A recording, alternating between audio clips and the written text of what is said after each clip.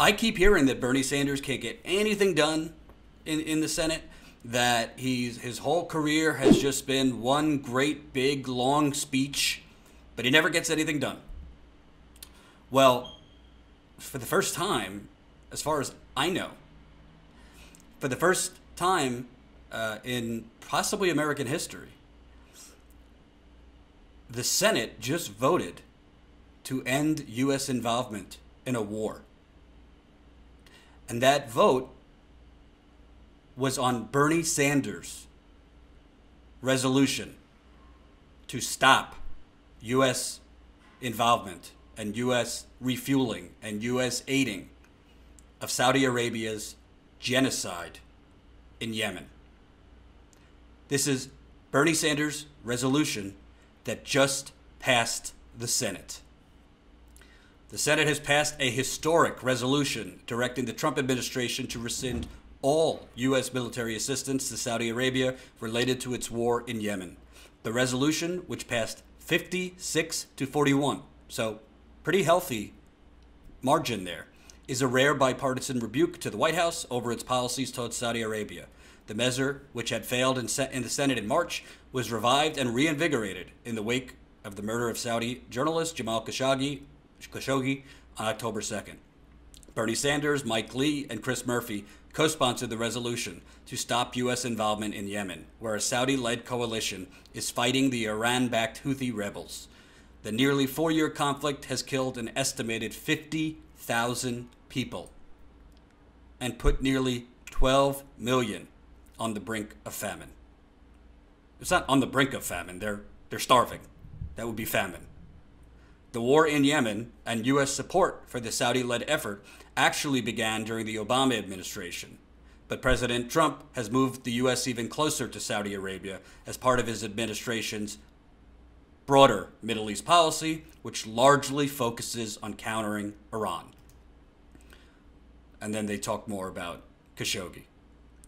The Senate resolution calls on the U.S. to suspend its role in the Saudi-led war in Yemen. It invokes the War Powers Resolution, which gives Congress the power to direct the president to remove U.S. forces from hostilities abroad if the president hasn't sought a declaration of war or an authorization for the use of force. Of course, Obama didn't ask Congress, just like George W. Bush went to war without full congressional.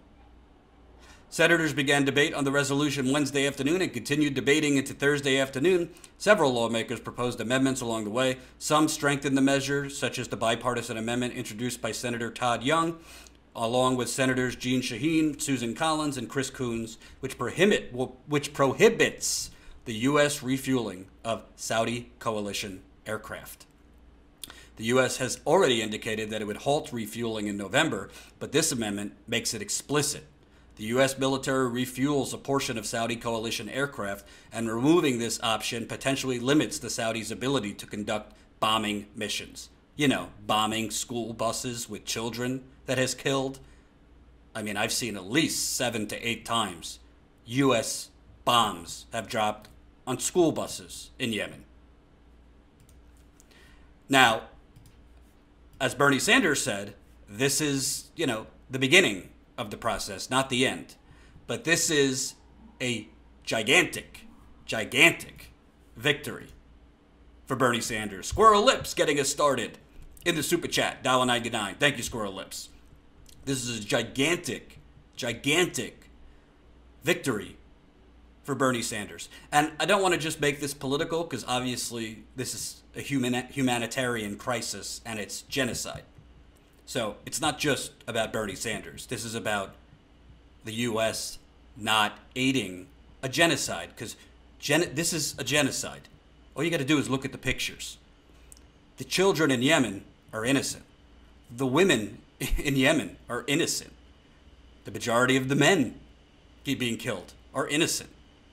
Saudi Arabia is indiscriminately dropping bombs that the United States of America has been refueling their planes so they could drop those bombs on weddings, killing dozens of people at a time, on school buses, killing children,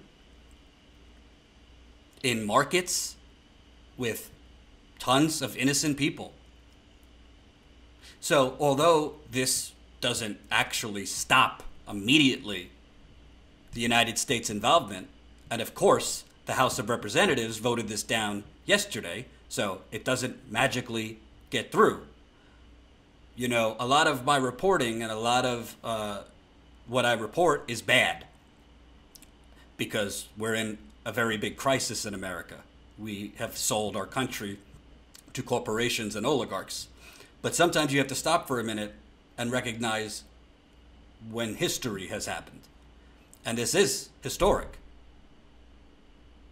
This is the first time that I looked it up. I don't know if there has ever been a vote by the United States Senate to stop a war. And although it is Bernie Sanders, Mike Lee, and Chris Murphy, make no mistake about it, the senator who got the movement behind this, the senator who got the traction behind this, the senator who got this into the national discussion was not Chris Murphy from Connecticut or Mike Lee. Let's not even talk about Mike Lee from Utah. It was Bernie Sanders. And as Guillemai Lescouture accurately says, it's not only that we're refueling them, but we're also providing them weapons. The bombs, as he says, are coming. So I don't think this goes far enough, but you do have to crawl before you can walk. And if we stop, we're refueling their airplanes mid-air. Mid-air, we're refueling their airplanes. If that stops, well, they have to go find somebody else to do that. And if they can't refuel their airplanes mid-air, then they're going to have a lot harder time with the bombing, just gauntlet of bombs they've been dropping. Here's Bernie Sanders on this historic moment. We have brought Republicans and Democrats together in a very historical moment. And what that moment is about is that the Senate this afternoon stated that we will not continue participation in the Saudi-led intervention in Yemen, which has resulted in the worst humanitarian crisis on earth. And that crisis is about 85,000 children starving to death, 10,000 new cases of cholera every single week, and the United Nations telling us that Yemen is on the verge of imminent famine, with the possibility of millions of people dying, all because of Saudi activities in that civil war.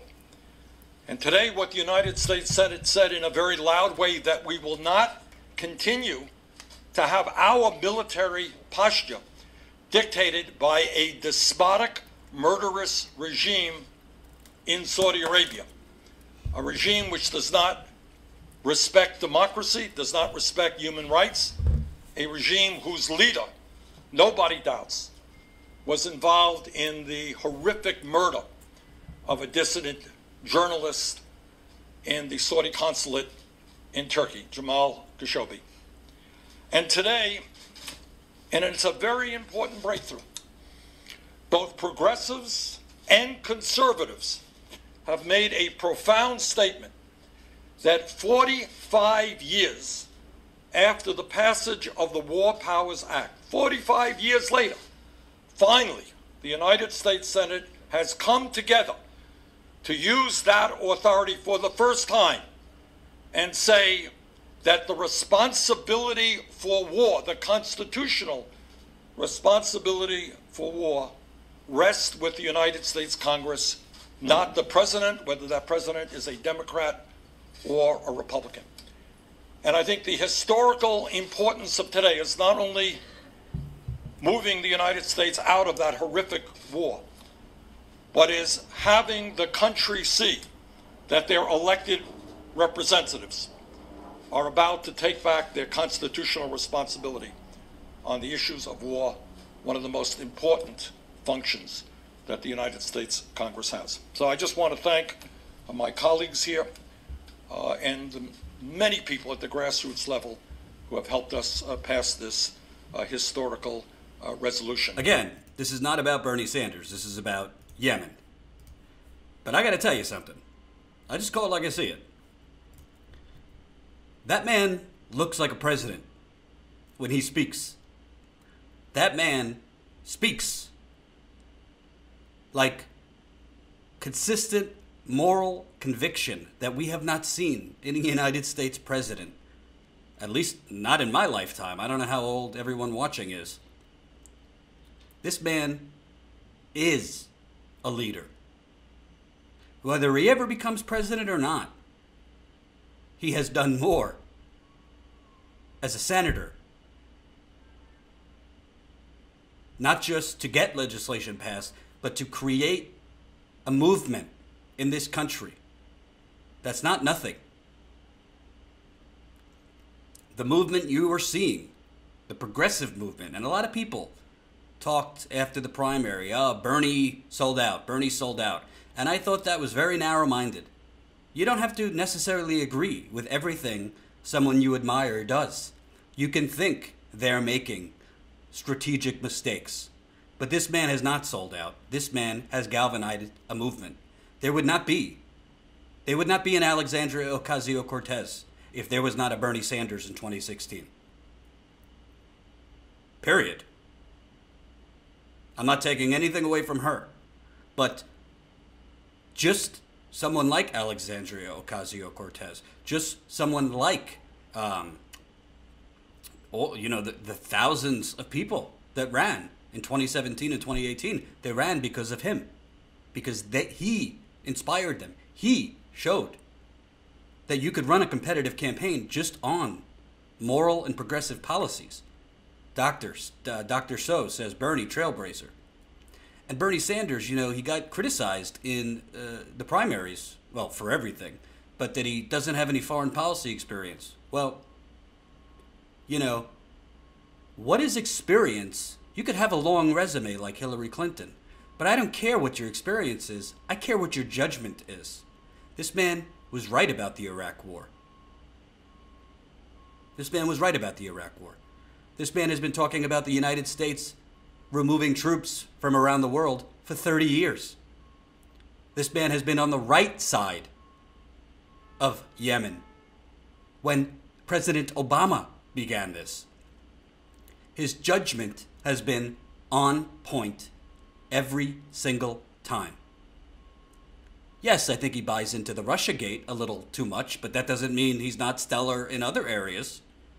And if you gave me the option of who I want to have the nuclear button, if you gave me the option of who I want to be a commander-in-chief, to make sound, reasonable, and long view decisions on U.S. military force, not just force, but how much money we put into the U.S. military. If you gave me the option between that man and Donald Trump, or that man and Joe Biden, that man and Cory Booker, that man and Kamala Harris, that man and Beto O'Rourke, keep on going. It's not even close. It is not even close. And outside of Bernie Sanders, we need to understand something here, okay? And this predates me, this predates status quo, this predates the current political movement we're in. Just because people are getting killed and starved and slaughtered across an ocean does not mean it doesn't affect you. Just because people are getting killed, starved, slaughtered across an ocean does not mean we don't have a responsibility to those people. If, God forbid, if anything like what's happening in Yemen ever came to this country, what would you want people in Yemen? What would you want people in Europe to do? Would you want them to just tweet on your behalf? Or would you want them to stand up and demand that their government put a stop to it?